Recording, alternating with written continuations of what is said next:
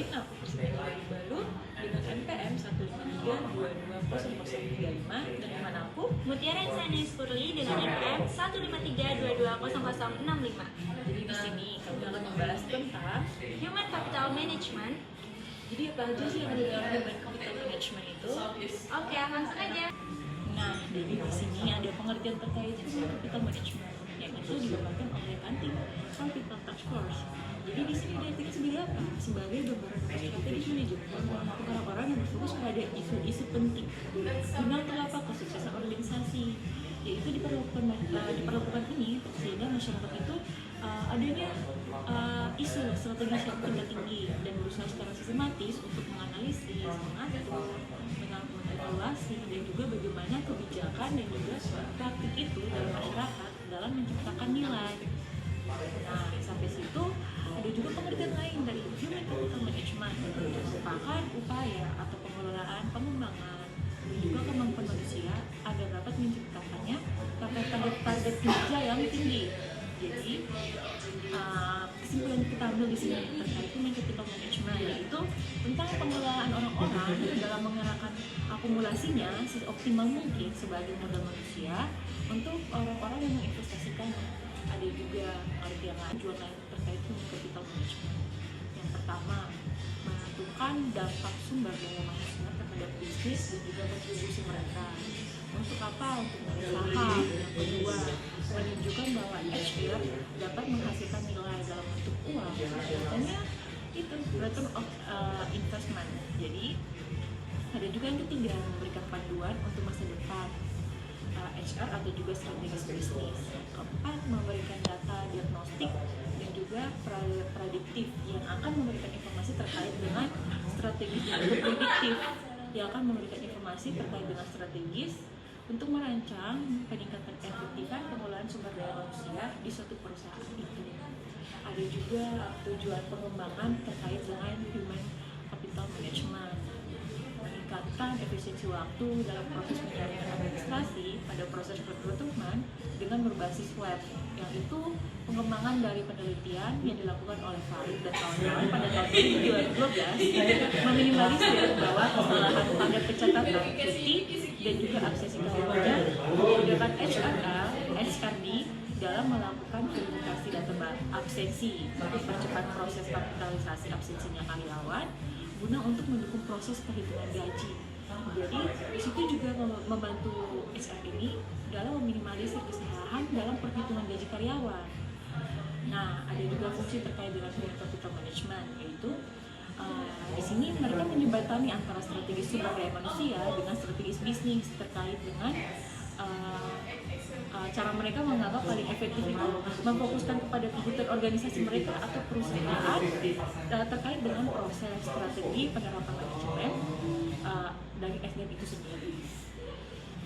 Ada juga beberapa manfaat dari Human Capital Management. Yang pertama, mengembangkan proses SDM secara berkelanjutan. Yang kedua, meningkatkan proses rekrutmen. Yang ketiga, mengidentifikasi kesenjangan kemampuan.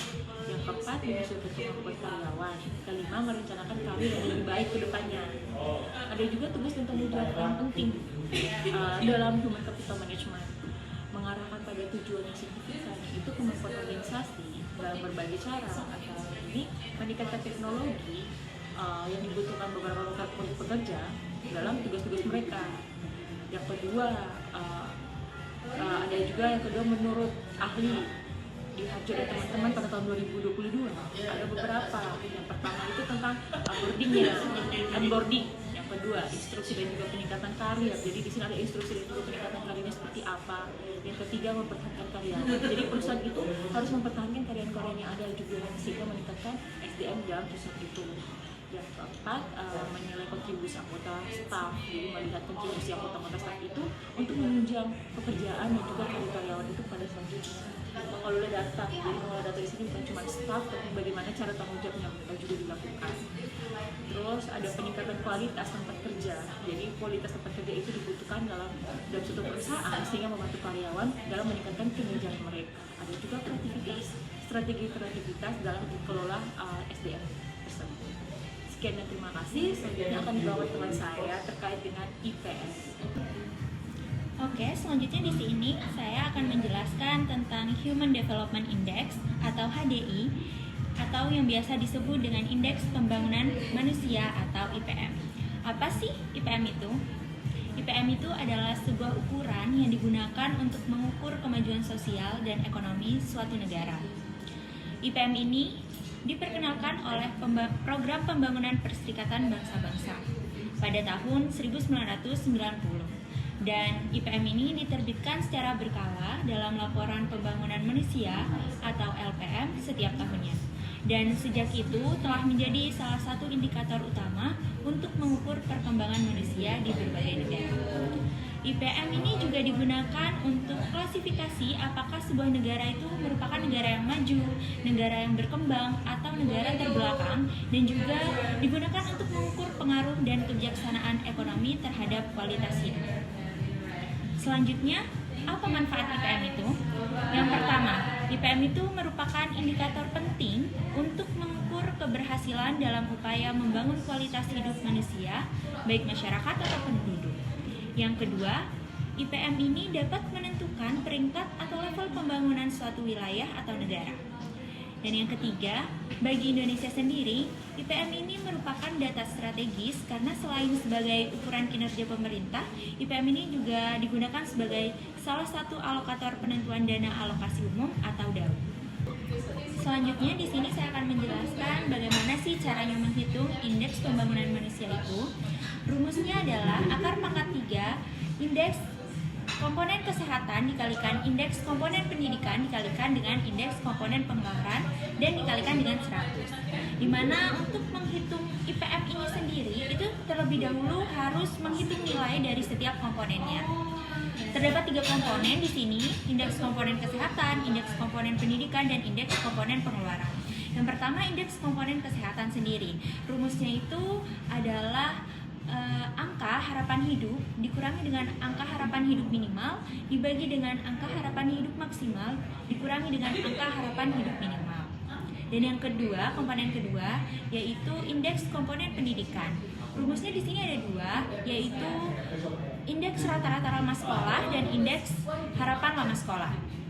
Untuk indeks rata-rata lama sekolah, ini rumusnya yaitu rata-rata lama sekolah dikurangi dengan rata-rata lama sekolah minimum dibagi dengan rata-rata lama sekolah maksimal dikurangi dengan rata-rata lama sekolah minimum. Dan rumus yang kedua yaitu indeks harapan lama sekolah. Ini rumusnya adalah harapan lama sekolah dikurangi harapan lama sekolah minimum dibagi dengan harapan lama sekolah maksimal dikurangi dengan harapan lama sekolah minimum. Dan untuk indeks komponen yang ketiga yaitu indeks komponen pengeluaran, di mana rumusnya itu adalah indeks komponen pengeluaran dikurangi dengan indeks pengeluaran terendah dibagi dengan indeks pengeluaran tertinggi dikurangi dengan indeks pengeluaran terendah. Nah, hasil dari IPM ini memiliki beberapa kriteria. Kriteria tersebut itu sudah dijelaskan oleh Standard United Station Development Program yang terdiri dari 4 kriteria. Yang pertama, jika IPM-nya lebih dari 80 atau di atas 80 itu termasuk dalam kategori sangat tinggi. Yang kedua, jika IPM-nya ada di antara 70 sampai 79 termasuk dalam kategori tinggi. Dan yang ketiga, jika IPM-nya itu berada di antara 60 sampai 79 itu berada di kategori sedang. Dan yang terakhir, jika IPM-nya itu kurang dari 60 termasuk dalam kategori rendah. Jadi dapat disimpulkan bahwa indeks pembangunan manusia atau IPM ini adalah angka yang mengukur seberapa baik kehidupan orang di suatu negara berdasarkan 3 komponen tadi itu, yaitu kesehatan yang diukur dengan angka harapan hidup, pendidikan yang diukur dengan angka harapan sekolah dan angka rata-rata lama sekolah, dan standar hidup layak yang diukur dengan pengeluaran per kapita. Oke, jadi segitu saja pembahasan mengenai Human Capital Management dan juga pengukurannya yaitu IPM dari kami.